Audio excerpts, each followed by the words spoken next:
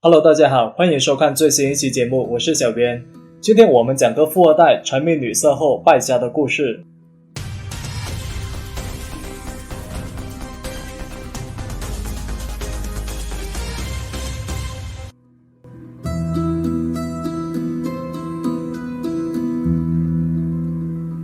故事发生在美国佛罗里达州的塞米诺尔县，玛格丽特夫妇就住在这座城市里。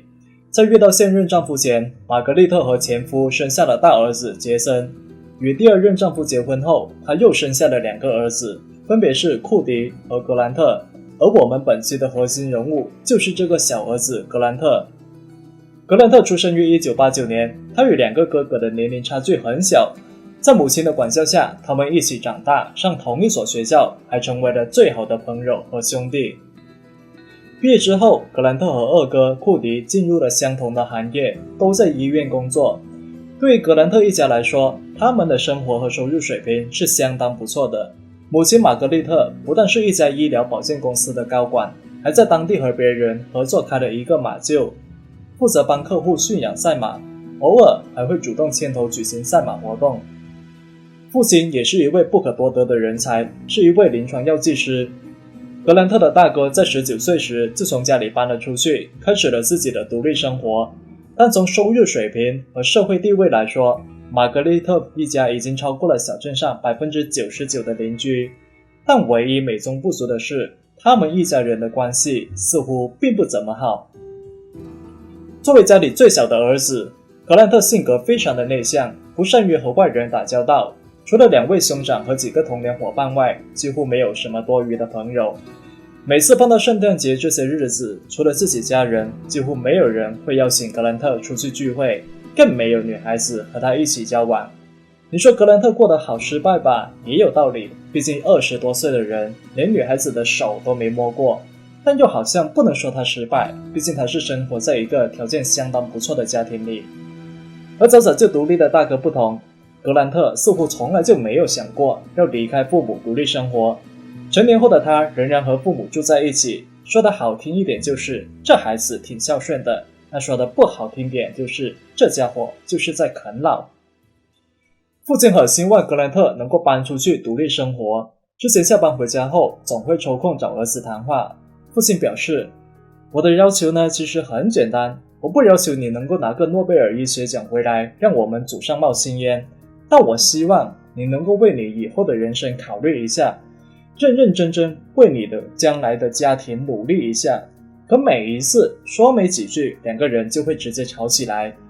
格兰特认为父亲3番5次劝他从家里搬出去，根本就是因为害怕自己没有钱养老。你那么有钱，那作为儿子的我花你一点钱又怎么了？但是眼不见心不烦，最后格兰特还是从家里搬了出去。2011年，格兰特从佛罗里达州州立大学获得了护理学学位。毕业之后，他跟二哥一样，都进入了医院工作。跟其他一穷二白进入社会的同学不同，格兰特的工资从一开始就是他的零花钱，甚至都算不上是零花钱，因为他大部分的生活支出都来自于父母。但在工作一段时间后，格兰特发现自己似乎并不喜欢这份工作。他觉得自己原本就是一个内向的人，再干多几年这种呆板的工作，那估计自己真的会变成呆子。所以只要一有空时，格兰特总会想着如何让自己做的事情变得更加有趣。可后来发生的事情证明，格兰特所做的事情可不仅仅是有趣那么简单。2018年6月，29岁的格兰特因为盗窃罪被捕。上次在核对药物数量时发现柜台里少了8瓶麻醉剂，对比存取记录之后，上司就认为是格兰特偷了这些药。他找来格兰特，委婉地暗示了一番，可格兰特不知道是真没听懂还是装作糊涂，回头就把这事情给忘得干干净净。上司一气之下就直接报了警，在和格兰特扯了好长一段时间后才撤回了指控。这件事情过后，格兰特就直接被医院放了一个长假。为了让弟弟从医院这件事情缓过神来，也为了缓解弟弟和父母紧张的关系，二哥库迪就做了个决定，带弟弟格兰特去日本旅行2个星期。然而这次旅行结束回家后，因为一些小事，格兰特又与父母大吵了一架。由于父亲无法容忍儿子在医院偷药这件事，所以他对格兰特的态度也是越来越差。准确的来说，是他对小儿子能够成才的希望越来越渺茫。因为偷药的事情，格兰特被上一家医院炒了鱿鱼，于是无聊的他就开始把时间花在电脑上，包括玩游戏和看 YouTube 视频。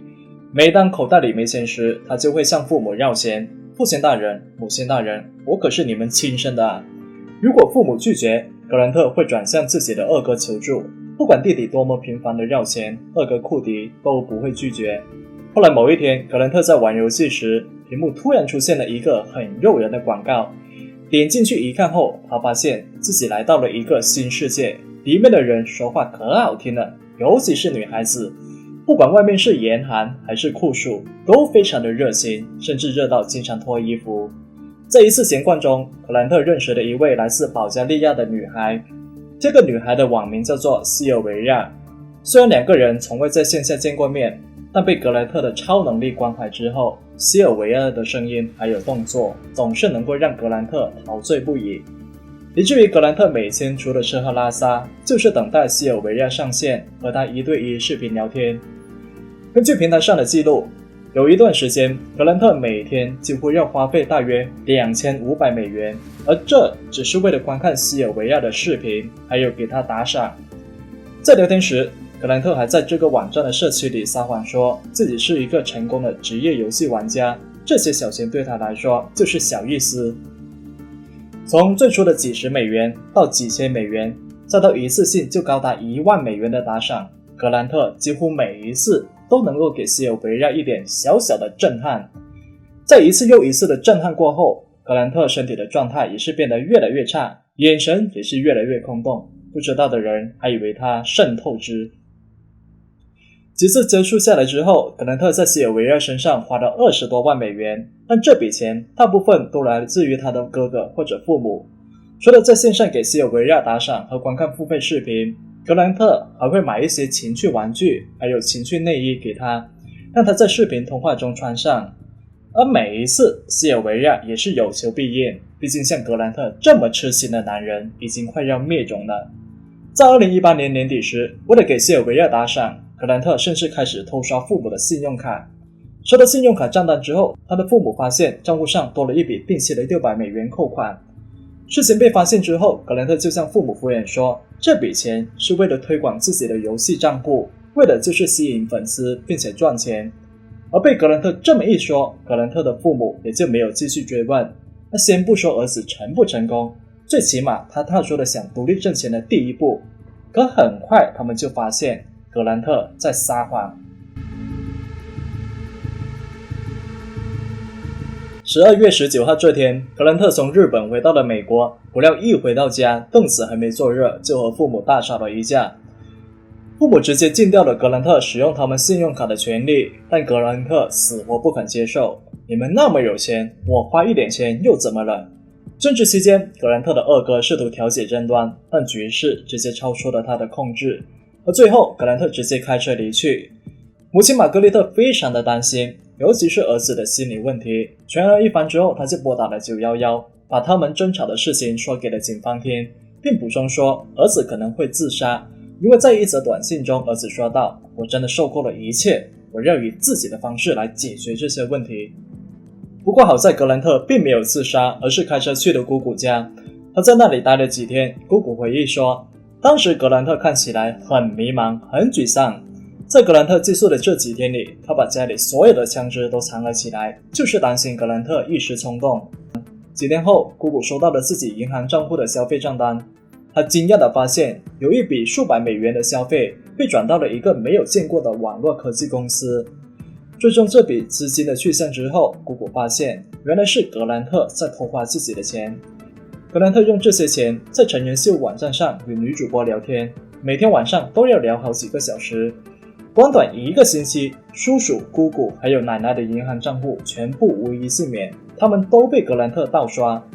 盗刷的钱全部变成了给西尔维亚的打赏。而当姑姑格兰特的父亲打电话时，姑姑直接在电话里哭了起来，因为短短几天，格兰特就让他们背上了15万美元的债务，他实在不知道该怎么办，只能打电话过来。获悉混蛋儿子做的混蛋事情之后，格兰特的父亲恳求姐姐不要起诉，因为他知道如果姐姐这么做，儿子会直接入狱。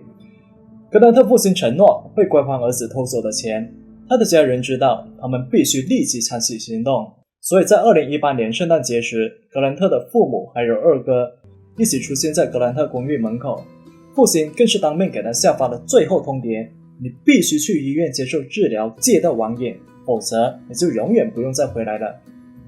虽然格兰特很不情愿，但最终还是被迫在家人面前做出妥协，他得在戒瘾中心里待上2个月，这2个多月每天能上多久的网都是医生说了算。格兰特被送进医院后，他担忧的事情还是出现了，父母开始翻阅他的手机记录，这时他们发现儿子的钱几乎全都用在了西尔维亚身上，为此他们就给这个网站的运营公司发了消息，并要求对方提供西尔维亚的联系方式。直到这时，西尔维亚才知道格兰特根本就不是什么职业游戏玩家，他只是一个29岁的失业青年，当然也是一个痴情的富二代，一直偷父母的钱给自己打赏。格兰特父母写信给西尔维亚，要求他切断与儿子的所有联系，而对于这个要求，西尔维亚表示，从头到尾都是你儿子主动联系我，你儿子做的所有事情我从头到尾都没有强迫他，我可以答应你们以后不主动联系你们儿子，但我不可能把钱都退还给你们。一个29岁精神正常的成年人，他就得为自己的行为负责。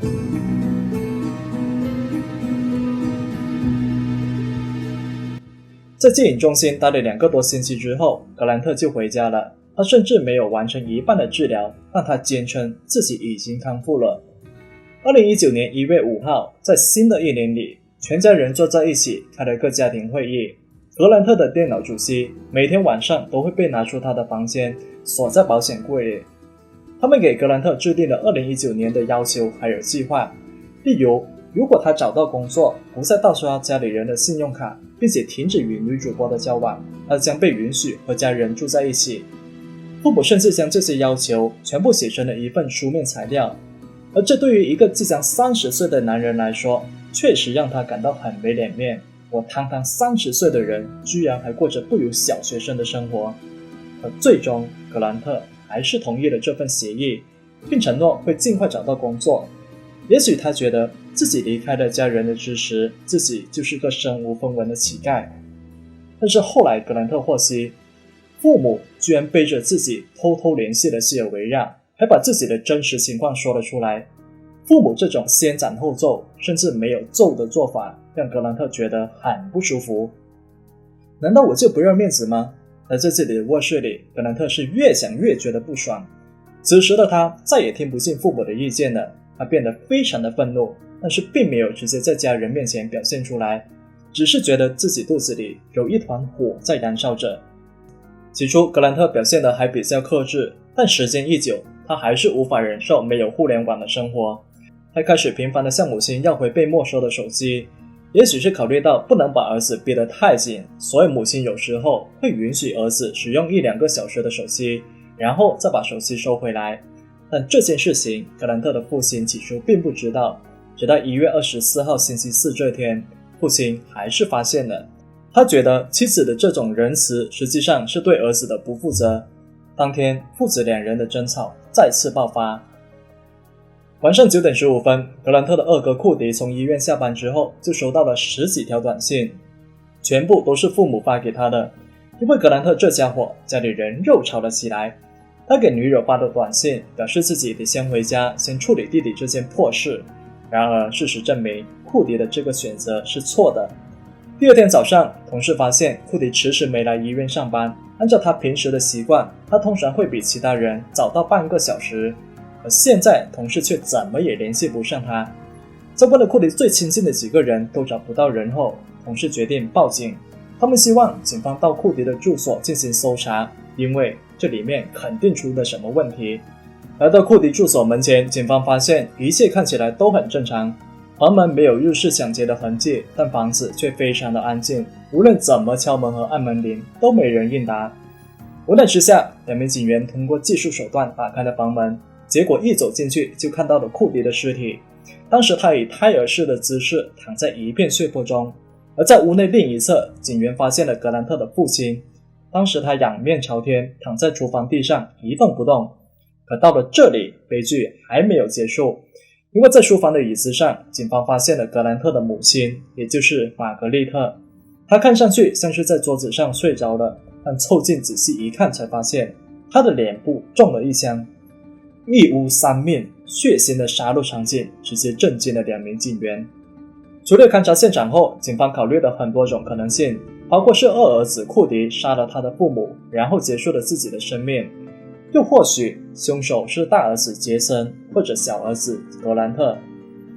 1月27号，也就是案发2天半后，警方在奥治兰县的一家酒店里找到了格兰特。被带到警局接受审讯时，他非常的镇静，而且很配合。格兰特表示，在1月24号晚，他把自己的衣服打包放到了车里，然后在车里睡了一觉，第二天早上时自己就离开了。而至于房子后面发生的事情，他就不知道了。格兰特从头到尾都表现得很镇静，期间还不断暗示警方，凶手可能是他的二哥库迪。但是经验丰富的警员也不是吃素的，他们直接就抓住了格兰特口供的漏洞。几番对视下来，格兰特被逼入了撒谎的困境，以至于最后他直接保持了沉默。而由于没有确凿的证据，格兰特被允许离开警局，而仅仅在案发3天后的1月28号，警方就正式逮捕了他，准备以3项一级谋杀罪起诉。